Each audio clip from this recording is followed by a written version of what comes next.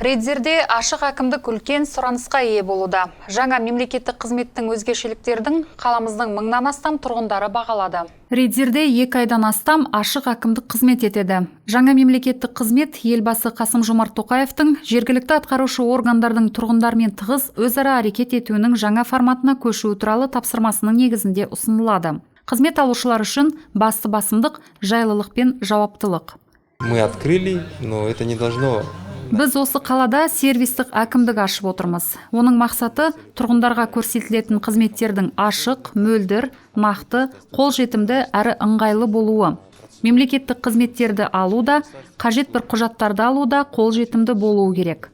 Яғни ашық әкімдікті жай ғана ашып қойған жоқпыз. Ол өз қызметін жүзеге асыруы тиіс. Ашық әкімдіктің басты мақсаты тұрғындарға көрсетілетін қызметтің сапасын жақсарту. Бір терезе қағидаты бойынша азаматтардың өтініштерін қабылдау. Мұнда бір мезетте 7 бөлімнің мамандары қабылдайды. Ашық әкімдіктің тағы бір мақсаты қызметтерді қабылдау кезінде жемқорлық тәуекелін және кедергілер тәуекелін төмендету болып табылады. Здесь сконцентрированы все востребованные. Бұл жерде бүкіл мемлекеттік органдар шоғырландырылған. Жұмысқа тұру және әлеуметтік бағдарламалар бөлімі, тұрғын үй коммуналды шаруашылығы бөлімі, жер қатынастары бөлімі, мәдениет және спорт бөлімі және тағы өзгелері. Әлдекім баласымен келсе, ол тиісті қызметін алғанша өзіне өзі қызмет көрсету бұрышы бар.